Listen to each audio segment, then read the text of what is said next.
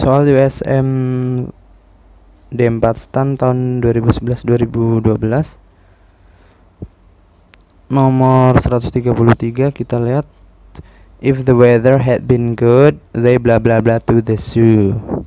Oke, di sini ada if ya. Ini adalah keyword if, berarti ini adalah soal conditional sentence. Kemudian kita lihat kata kerja yang digunakan. Kata kerja yang digunakan adalah had been good. Berarti ini adalah kondisional tipe 3. Rumus penggunaan kondisional tipe 3 adalah if plus, di sini kurang subjek. If plus subject plus had plus verb 3, subject plus would have plus verb 3. Jadi jawabannya adalah would have. Opsi yang C. Nah, nomor 133 ini sebenarnya mudah untuk kita kerjakan. Kita cukup menemukan kata kuncinya, yaitu verb yang digunakan. Verb yang digunakan adalah had been good. Jadi di sini kata kuncinya adalah had. Dalam kondisional tipe 3, had ini dipasangkan dengan would have. Maka jawaban yang paling benar adalah C.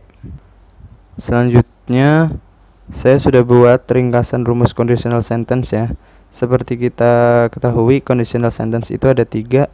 Yang pertama, untuk menyatakan sesuatu yang masih mungkin terjadi. Yang kedua, untuk menyatakan sesuatu yang tidak mungkin terjadi saat ini. Dan yang ketiga, untuk menyatakan sesuatu yang tidak mungkin terjadi pada masa lampau. Nah, rumus panjangnya adalah seperti ini. Yang pertama, yang pertama if plus subject plus verb 1, subject plus will plus verb 1. Nah, ini untuk memudahkan kita mengingat itu, kita ingat aja kata kuncinya. Jadi jika di soal ada if, maka jika di soal ada if dan verb 1, maka jawabannya adalah will. Contoh ya. If it rains, I bla bla bla sleep. Nah, di sini ada kata kerja ke satu, rains, berarti jawabannya adalah will. Udah jelas ya. Verb 1 dipasangkan dengan will. Kemudian yang kedua, if plus subject plus verb 2, subject plus would plus verb 1. Nah, kata kunci di sini adalah jika ada if dan verb 2, maka pasangannya adalah would. Verb 2 dipasangkan dengan would. Contoh, if I were you, I bla bla bla go. Oke, di sini adalah were. Ini adalah bentuk kedua dari are ya. Jadi karena di sini adalah verb 2, maka pasangannya adalah would. If I were you, I would go. Jadi kita cukup mengingat verb 2 dan would.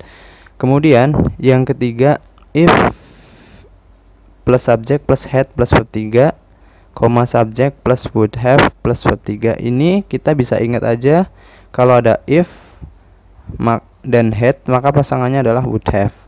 Had dipasangkan dengan would have. Contohnya seperti soal yang tadi, if the weather had been good, they bla bla bla to the zoo. Di sini ada kata had, maka pasangannya adalah would have. Jadi untuk mengingat conditional sentence itu, ingat aja pasangannya masing-masing. Jika di soal ada if, maka verb 1 dipasangkan dengan will, verb 2 dipasangkan dengan would, had dipasangkan dengan would have. Nah, conditional sentence ini untuk mempermudah kita mengingatnya lagi, ada 2 hal yang perlu kita ketahui. Yang pertama adalah perubahan verb, yang kedua adalah perubahan modals. Yang pertama, perubahan verb. Perubahan verb itu dari kondisional 1, 2, dan 3 itu verb 1 untuk kondisional 1, kondisional 2, verb 2, kondisional 3 itu pakai had. Dan perubahan modalnya untuk kondisional tipe 1 itu will, tipe 2 would, tipe 3 would have. Jadi kita bisa mengingat dengan mudah di sini tinggal dipasangkan ya.